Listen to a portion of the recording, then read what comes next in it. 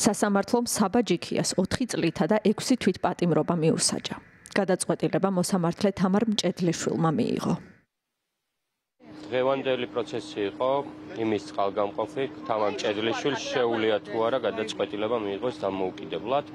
ჩვენ ნახეთ რომ ის გავიდა სათათბიროდ და მე განზრახ ვამოწმებდი იმას, რასაც კითხულობდა იმ ტექსტის დაკითხვას და სათათბიროდ გასვლას და ამ ტექსტის დაწერას რა დრო დაჭირდებოდა. ჩვენ ნახეთ რომ თამარ მჭედლიშვილის წაკითხული ტექსტის განმარტებას უფრო მეტი დრო დაჭირდა ვიდრე სათათბირო ოთახში გასვლას. ეს იმას ნიშნავს პირდაპირ რომ ქალბატონო თამარმა საბოლოო სიტყვამდე უკვე დაწერილი განაჩენით მოვიდა. ეს იმას ნიშნავს რომ მოსამართლეები უკვე წინასწარი განწყობით ჩამოდიან პირველივე პროცესზე, როდესაც ადასტურებენ. მეორე ქალბატონო თამარმა თქვა რომ თურმე ჰაბიდოსკოპიური ექსპერტიზა საერთოდ არ ჭირდება და ასევე ქალბატონმა თამარმა განმარტა ის რომ თუ მთავარ გამომძიებას დავკითხავთ საქმეზე, დანარჩენი მოწმეების დაკითხვა საჭირო საერთოდ არ იქნება, რაც არის კანონის სრული დარღვევა და მეორე კურსელის სისხლის სამართლით დაინტერესებული სტუდენტიც კი მიხვდება იმას, რომ ქალბატონმა თამარმა დღეს გააუქმა სისხლის სამართლის საპროცესო კოდექსი თავის დარბაზში. საბა ჯიქიას პროკურატურა პოლიციელზე თავდასხმას ედავებოდა.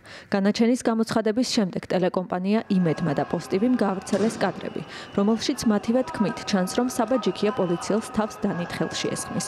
თუმცა პროკურატურა ბრალდებულს ამ სისხლის სამართლის საქმის ფარგლებში იმას ედავებოდა, რომ საბა ჯიქია თავს დაესხა შინაგან საქმეთა სამინისტროს განსაკუთრებულ დავალებათა დეპარტამენტის თანამშრომელს და ძირს დავარდნილ პოლიციელს ფეხი დაარტყა.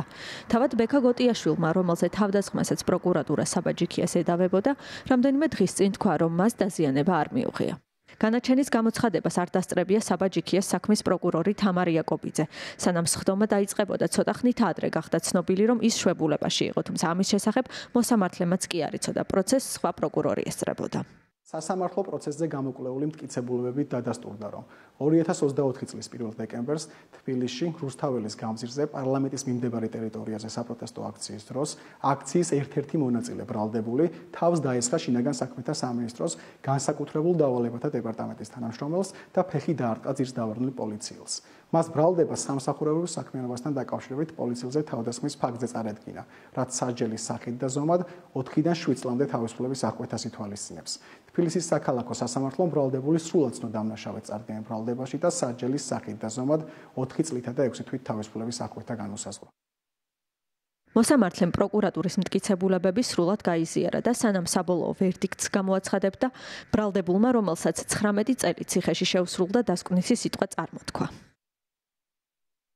დიდად აღმახარებს ის ფაქტი, რომ 4-დან 7 წლამდე ციხეში აბსურდული ბრალდებით მიწევს წასვლა და ახალგაზრდული წლების 4 კედელში გატარება, მაგრამ ჩემს დაპატიმრებას დადებითი რაღაცებიც მოხვა.